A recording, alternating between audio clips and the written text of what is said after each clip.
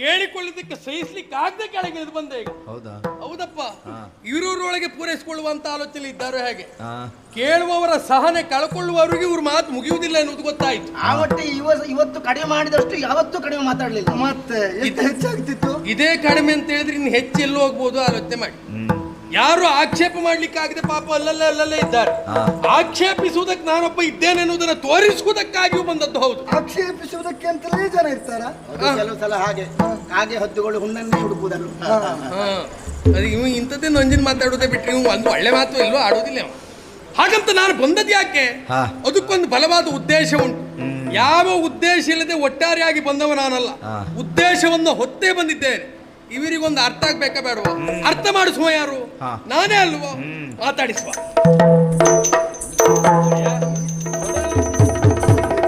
ಅಮ್ಮ ನಮಸ್ಕಾರ, ಬನ್ನಿ. ನೀನು? ನಾನೇ. ಇಷ್ಟು ದಿನ ಸುದರ್ಶನವು, ಈಗ ಸುದರ್ಶನನು. ನೋಡು ಎಷ್ಟು ಅನುಕೂಲ ಉಂಟು. ಎಂತದ್ದು? ನನಗೆ 2 ಉಂಟು, ನಿಮಗೆ ಆಗಲ್ಲ. ನಮಗೆ ಬೇಡ, ಅಷ್ಟೆಲ್ಲ ಬೇಡ. ಏನು ಇದು ಕೆಳಗಿಳಿದು ಬಂದದ್ದು? ನಾನು ಕೆಳಗೆ ಗೊತ್ತಾಯ್ತು. ಹೇಳಿಲ್ಲ ಜಾರಿತ್ತು ಅಂತ. ಇದೇ ಜಾರಿದ್ದು? ಇಳಿದು ಬಂದಲ್ಲ ಜಾರಿತ್ತು. ಹೌದಾ? ಜಾರದ್ದಲ್ಲ, ಇಳ್ಕೊಂಡು ಬಂದದ್ದು ನಾನು. ಕೈಯಲ್ಲಿ ಹಿಡ್ಕೊಂಡಿದ್ದವ್ರಿಗೆ ಜಾರದಾಗ ಆಯ್ತು, ಬಿಟ್ರೆ ನಾ ಇಳ್ಕೊಂಡು ಬಂದದ್ದೆ. ಸರಿ ಸರಿ ಸರಿ ಸರಿ. ಏನು ಬಂದದ್ದು? ಬರುವರೆ ಕಾರಣ ಉಂಟು. ನನಗೆ ಆಶ್ಚರ್ಯದಾಯ್ತು. ಏನು? ಬಂದದ್ದಕ್ಕಿಂತಲೂ ಬಂದಾಗ ಪ್ರಥಮ ಮಾಡಿದ್ದೇನು? ಏನು? ಪ್ರತಿನಿತ್ಯ ಮಾಡುವ ಹಾಗಲ್ಲ, ಬಂದವರಿಗೆ ನಮಸ್ಕಾರ ಮಾಡುವುದು, ಆಮೇಲೆ ನನ್ನಲ್ಲಿ ಬರುವುದು. ಇನ್ನು ಹಾಗಲ್ಲ, ನೇರವಾಗಿ ಬಂದು ಅಮ್ಮ ಅಂತ ಹೇಳಿದೆ. ಏನು ಅವ್ರಿಗೆ ನಮಸ್ಕಾರ ಮಾಡ್ಲಿಲ್ಲ? ನಾವು ಇತ್ತೀಚೆಗೆ ಅಮ್ಮವ್ರ ಗಣ್ಣಿಗೆಲ್ಲ ನಮಸ್ಕಾರ ಕೊಡೋದು ಬಿಟ್ಟಿದ್ದೇವೆ. ಸರಿ ಉಂಟು. ನಮ್ಮ ಮಗ ಯಾವತ್ತು ತಪ್ಪು ಮಾತಾಡ್ಲಿಕ್ಕಿಲ್ಲ, ತಪ್ಪು ನಡೆದುಕೊಳ್ಳುವುದಕ್ಕೆ ಸಾಧ್ಯವೇ ಇಲ್ಲ. ನಾ ಮಾತು ಹೂ ಪರದ ಇವತ್ತಮ್ಮ. ಮಗನೊಬ್ಬ ಸನ್ಯಾಸಿಯಾದಾಗ ಅಪ್ಪನೇ ಎದುರುಗಡೆ ಬಂದ್ರು ಆ ಅಪ್ಪನೇ ನಮಸ್ಕಾರ ಮಾಡಬೇಕು. ಅದೇ ಸನ್ಯಾಸಿಯಾದ ಮಗನ ಎದುರಿಗೆ ಅಮ್ಮ ಕಾಣಿಸಿಕೊಂಡಾಗ ಸನ್ಯಾಸಿಯಾದ ಮಗನೇ ಅಮ್ಮನೇ ನಮಸ್ಕಾರ ಮಾಡುವುದಿಲ್ವಾ? ಹಾಗೆ ಅಮ್ಮನೇ ಶ್ರೇಷ್ಠ. ಈಗ ನಾನು ಮಠ ಹುಡುಕ್ತಾ ಇದ್ದೆ. ಎಂತದ್ದು ಕೂತ್ಕೊಳ್ತೆ, ಹೊರಗಡೆ ನಿಂತ್ಕೊಳ್ತಾ. ನಾನು ನಮಸ್ಕಾರ ಪ್ರಿಯ ಅಲ್ಲ, ನಮಸ್ಕಾರ ಪ್ರಿಯ ಭಾನು. ಹಾಗಿದ್ರೆ ಇವ ಯಾರು? ಅಲಂಕಾರ ಪ್ರಿಯ. ಹೌದೌದು. ನಾವು ಒಳ್ಳೆ ನಮಸ್ಕಾರ ಅಲ್ಕೊಟ್ಟೆ. ಮಾತಾಡಿ. ಎಂತದ್ದು? ನಾನು ಬರುವುದಕ್ಕೆ ಕಾರಣ ಉಂಟು. ಏನು ಅಂದ್ರೆ ಅವನಲ್ಲಿ ಹೇಳುವುದಲ್ಲ, ಮತ್ತೆ ನಿಮ್ಮಲ್ಲೇ ಹೇಳ್ಬೇಕು. ನನ್ನಲ್ಲ.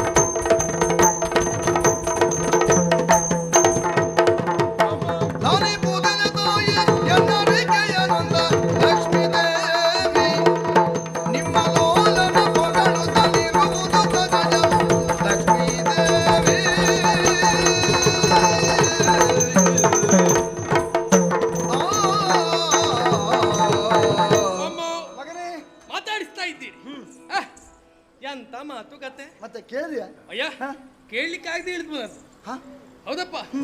ಮಾತು ಮಾತು ಮಾತು ನಮ್ಮೊಳಗೆ, ಅವ ನಿಮ್ಮನ್ನು ಹೊಗಳು, ನೀವು ಅವನ ಹೊಗಳು, ನಿಮ್ಮಿಬ್ಬರೊಳಗೆ ಆಯ್ತು. ಮತ್ತೆ ನಿಮಗ್ ಗತಿ ಇಲ್ಲ. ಗಂಡ ಹೆಂಡತಿಯನ್ನು ಹೆಂಡತಿ ಗಂಡ ಅರಿತು ನಡೆದರೆ ಮಾತ್ರ ಸಂಸಾರ ಚಂದ. ಅಯ್ಯ, ಪ್ರಪಂಚಕ್ಕೆ ಆದರ್ಶ ಮೂರ್ತಿ. ಅದಪ್ಪ ಕೇಳ್ಬೋಗುಂಟು. ಮತ್ತೆ ನಿನ್ ಗತಿ ಇಲ್ಲ, ಅವಂಗ್ ಮತಿ ಅಲ್ಲ, ನನಗೆ ಅವರೇ ಗತಿ ಅಲ್ಲ. ಅದೇ ಮತ್ತೆ ಪಕ್ಕದ ಮನೆಯವ್ರು ಹೋಗ್ಲಿದ್ರೆ ಸಮಸ್ಯೆ ಆಗ್ತಿತ್ತು, ಬಿಟ್ರೆ ನೀವೇ ಹೋಗ್ತಾ ಇರೋದ್ರಿಂದ ಏನು ಸಮಸ್ಯೆ ಇಲ್ಲ. ಹಾಗಿದ್ರೆ ಹೊಗಳುವಿಕೆ ಹೇಗಾಯ್ತು? ಹೇಗೆ? ಅದರಲ್ಲಿ ತಪ್ಪುಂಟು. ತಪ್ಪುಂಟು? ಹೌದು, ಸತ್ಯಾಸತ್ಯತೆ ಇಲ್ಲ. ಕಡಿಮೆ ಆಯ್ತಾ?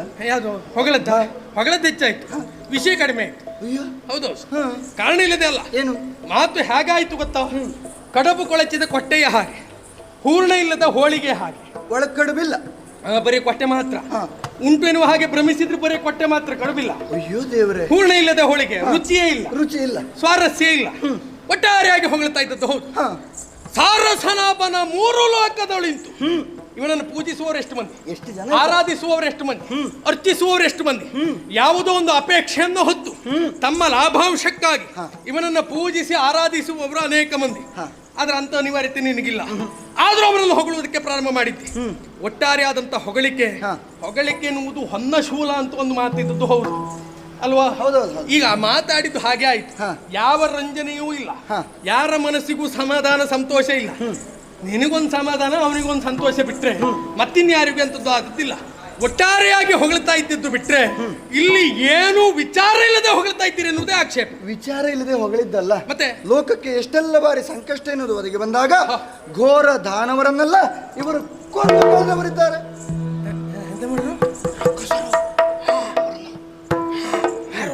ಅದನ್ನು ಗುಟ್ಟಾಗಿ ಹೇಳುವುದಲ್ಲ, ಗಟ್ಟಿ ಹೇಳ್ಬೇಕು. ಅವನಿಗಂತ ನಿನ್ನಿಂದಂತದ್ದು ನಾನು ಅಷ್ಟೇ ಕೆಳಗಿಳಿಸಿದೆ. ಅಂತ ಘೋರದ ಕೊಂದವರಿದ್ದಾರೆ ಇವರು. ಯಾರು ಇವರು? ಇವನ ಘೋರದ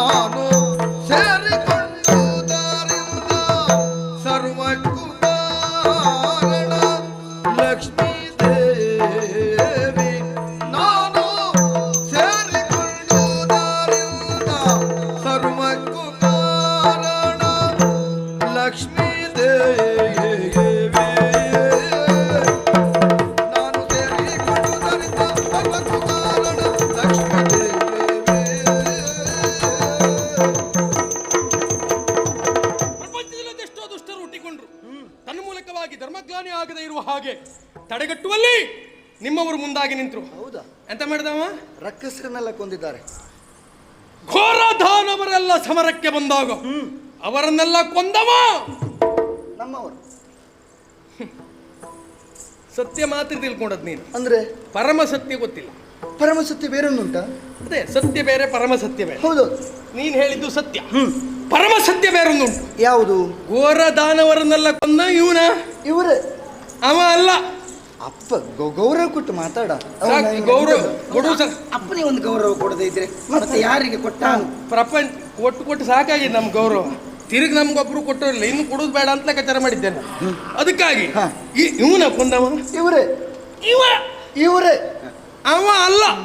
ಅಂಥ ಘೋರ ದಾನವರನ್ನೆಲ್ಲ ಕೊಂದವ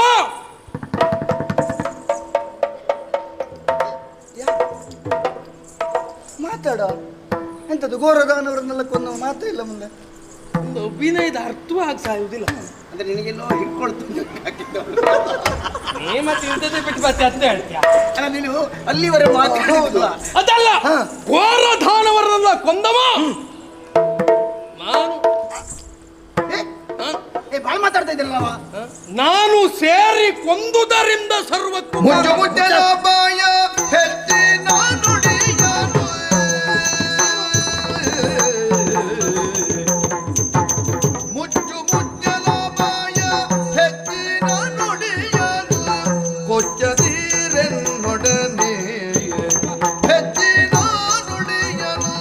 ಕೊಚ್ಚದಿರೆನ್ನೊಡನೆ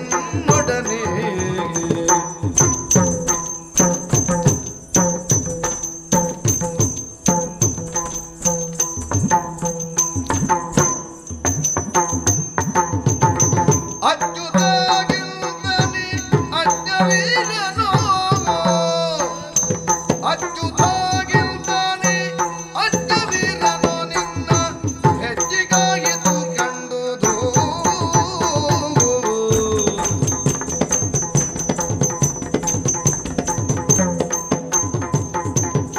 ಮುಚ್ಚು ಬಿಟ್ಟಲ ಬಾಯ ಹೆಜ್ಜಿನ ನುಡಿಯನು ಕೊಚ್ಚದಿರೆನ್ನೊಡನೆ ಕೊಚ್ಚದಿರೆನ್ನೊಡನೆ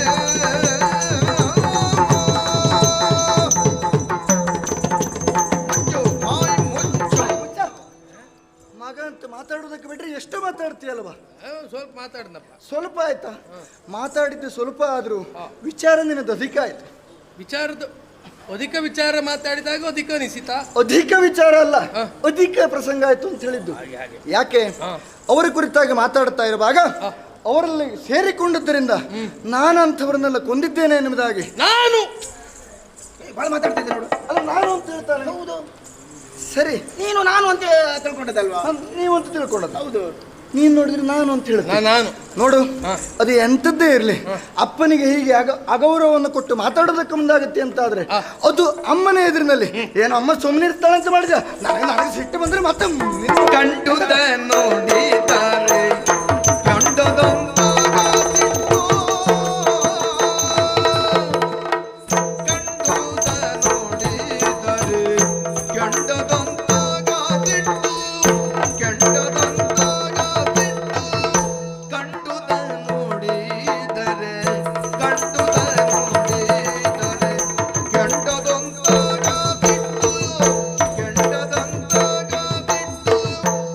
ಲಕ್ಷ್ಮೀ ದೇವಿ ನಿಮ್ಮ ಕಂಡದಲ್ಲಿ ನೋಡೆ ತಂಡ ಖಂಡಿತ ಖಂಡಿತ ನಿಮ್ಮ ಕಂಡದಲ್ಲಿ ನೋಡೆ ತಂಡ ಖಂಡಿತ ಲಕ್ಷ್ಮೀ ದೇವಿ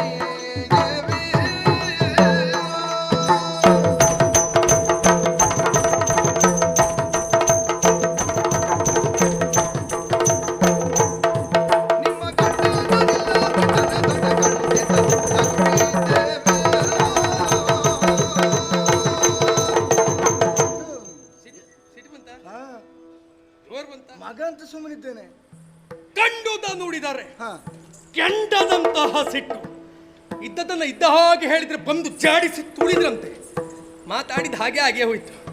ಸತ್ಯಾಸತ್ಯತೆ ವಿಚಾರ ಇಲ್ಲದೆ ಒಟ್ರಾಶಿಯಾಗಿ ಮಾತಾಡಿದ್ರೆ ಸತ್ಯ ಏನು ಅಂತ ತಿಳಿದ ಮೇಲೆ ಸಿಟ್ಟು ಬರ್ಲಿಕ್ಕೆ ಪ್ರಾರಂಭ ಆಯ್ತು. ಓಹೋ ಇದಕ್ಕೂ ಸತ್ಯ ಮತ್ತೊಂದು ಹೇಳ, ಏನು ನಿಮ್ಮ ಗಂಡ ನಾನಿಲ್ಲದಿದ್ದಡೆ ಬರೀ ದಂಡವು, ನಾನೊಬ್ಬ ಇಲ್ಲದೆ ಹೋದ್ರೆ ಬೇಕಿತ್ತ ಇದಲ್ಲ ಹೇಳಿ ಹೆಸರಿಳ್ದೆ ಹೋಗ್ತಾನೆ ಅವ. ನಾನು ಇಷ್ಟು ವರ್ಷಕ್ಕೂ ಇಷ್ಟೆಲ್ಲ ಹೇಳಿಸಿಕೊಂಡವ ಅಲ್ಲ.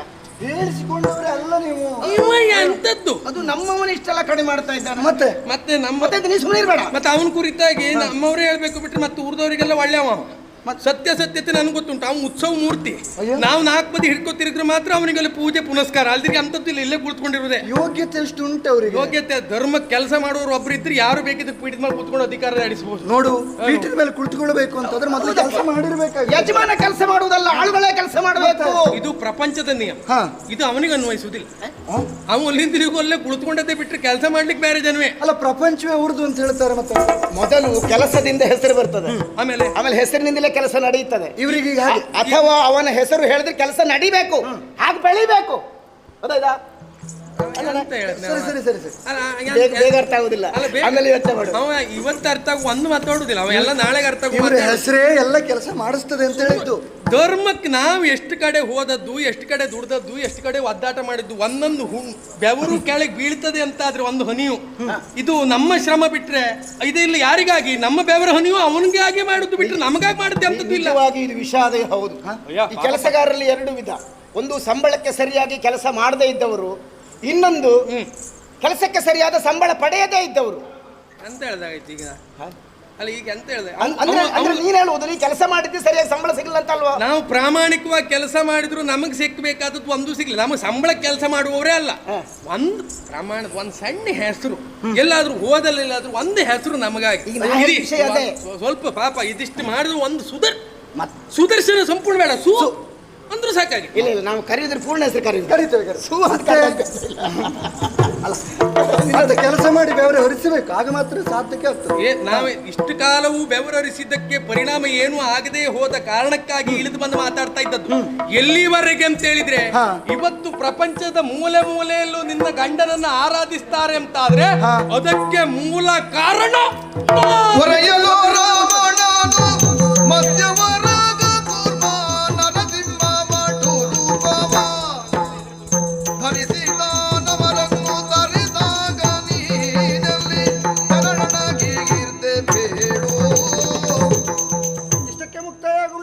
ನೀನ್ ಇಷ್ಟೆಲ್ಲ ಮಾತಾಡ್ತಿ ಅಂತ ಆದ್ರೆ ಇದು ಏನು ಅಂತ ನಿರ್ಧಾರ ಆಗಬೇಕೀಗ.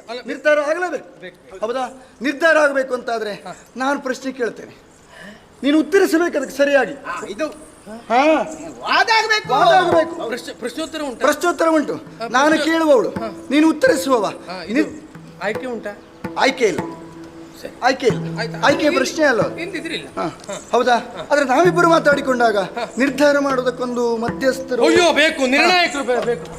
ನಿರ್ಣಾಯಕರು ಬೇರೆ ಯಾರಲ್ಲ, ನೀ ಇಬ್ರು ಸೇರಿ ನನಗೊಂದು ಇವತ್ತು ಒಂದು ಸಣ್ಣ ಅವಕಾಶ ಕೊಡ್ಬೇಕಂತೆ. ಯಾಕಂದ್ರೆ ಅಮ್ಮ ಮಗನಲ್ಲಿ ವಾದ ಆಗ್ತಾ ಉಂಟಲ್ಲ, ಒಂದು ನಿರ್ಣಯ ಕೊಡುವ ಸಣ್ಣ ಅವಕಾಶ. ದೊಡ್ಡದೆಲ್ಲ ನಾನು ಕೇಳುವುದಿಲ್ಲ, ಸಣ್ಣದೆ ಒಂದೆರಡು ಶಬ್ದ ಮಾತಾಡುವಾಗಿಲ್ಲ, ಮಾತೇ ಬರುದಿಲ್ಲ ಅಂತ ಹೇಳುದಿಲ್ಲ. ಒಟ್ಟಾರೆ ಅವಕಾಶ ಕೊಟ್ಟಾಗ ಮಾಡುದು. ಕೆಲವು ಸಲ ಕೆಲವರೆಲ್ಲ ಇದ್ದಾರೆ, ನಮಗೆ ಪದ್ಯ ಬರ್ಕೊಡಿ ಅಂತ ಹೇಳಿದ್ರೆ ಜಂಪೆ ತಳೆದು ಬರ್ಕೊಡುದು. ಕುಣಿಲಿಕ್ಕೂ ಆಗ್ಲಿಲ್ಲ, ಪದ್ಯ ಕೊಟ್ಟಾಗ ಆಗ್ಬೇಕು. ನಿಜವಾಗಿ ಅದೆಲ್ಲ ಉಂಟು. ಹಾಗಾಗಿ ಬಿಡ್ಬೇಡ.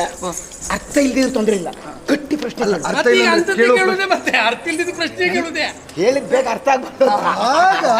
ಸರಿ ಸರಿ, ನೀನೇ ಬಿಡ್ಬೇಡ, ಸರಿಯಾಗಿ ಉತ್ತರ ಕೊಡ. ಮತ್ತೆ ಇಲ್ಲಿ ಯಾವ ಪಕ್ಷಪಾತವನ್ನ ಮತ್ತೆ ಅವಳ ಪಕ್ಷ ಇಲ್ಲ ಇಲ್ಲ ಇಲ್ಲ, ಹೆಂಡತಿ ಅನ್ನುವಂತ. ಈಗ ನೀ ನನ್ನ ಮಗ ಅಲ್ಲ, ಇವಳು ನನ್ನ ಹೆಂಡತಿ ಅಲ್ಲ, ಆಯ್ತಾ? ಸಾಕ ಅಲ್ಲ, ನಾವು ಒಪ್ಪಿಕೊಳ್ಬಹುದು, ಹೆಂಡತಿ ಅಲ್ಲ ಅಂತ ಹೇಳಿದ್ರೆ ಮತ್ತೆ ನಾಳೆ ಈಗ ಅಲ್ಲ ಅಂತ ಹೇಳ್ತಾನೆ. ಸರಿ, ಹಾಗಾದ್ರೆ ಕುತ್ಕೊಂಡು ಕೇಳ್ತಾ ಇದ್ರೆ ಸಾಕು. ಆಯ್ತಾಯ್ತು, ಹೌದಾ? ಪ್ರಪಂಚವನ್ನು ಪಡೆಯುವುದಕ್ಕಾಗಿ ಅವತಾರವನ್ನು ತಾಳಿದವರವರು. ಅವತಾರವನ್ನು ತಾಳಿದಾಗ ನೀನು ಹೇಳಿದೆಯಲ್ಲ, ನಾನು ಇದ್ದೆ ಎನ್ನುವುದಾಗಿ.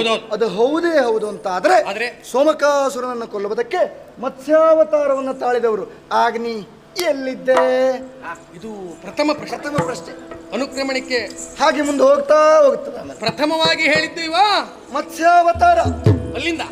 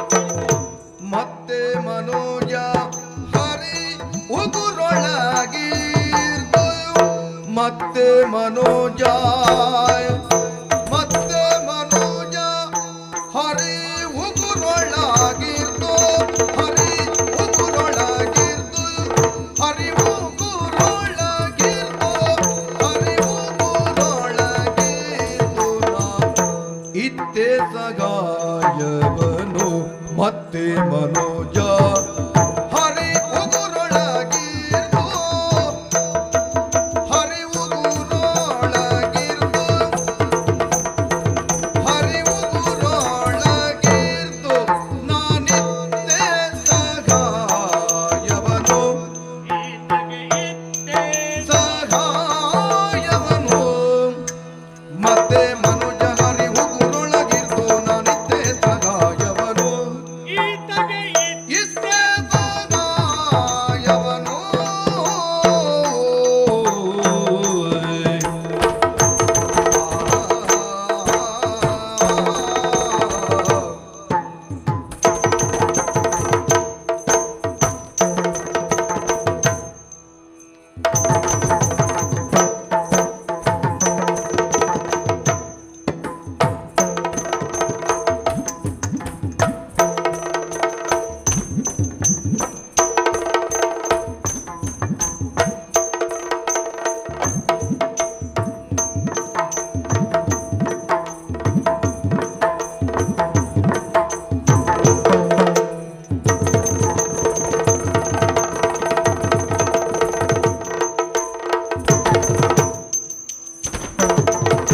ಮತ್ತೆ ಮನುಜ ಹರಿ ಉಗುರೊಳಗಿರ್ದು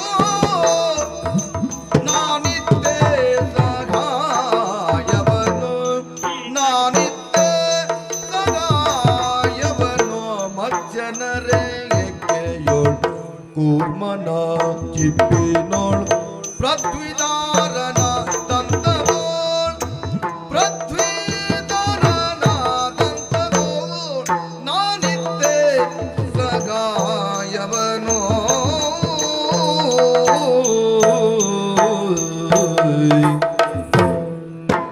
ಆ ಆ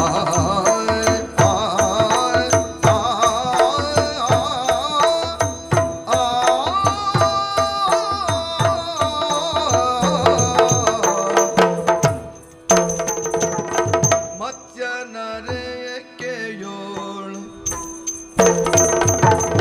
ಕೂರ್ಮನ ಚಿಪ್ಪಿನೋಳ್ ಪೃಥ್ವಿದಾರನಾದಂತದು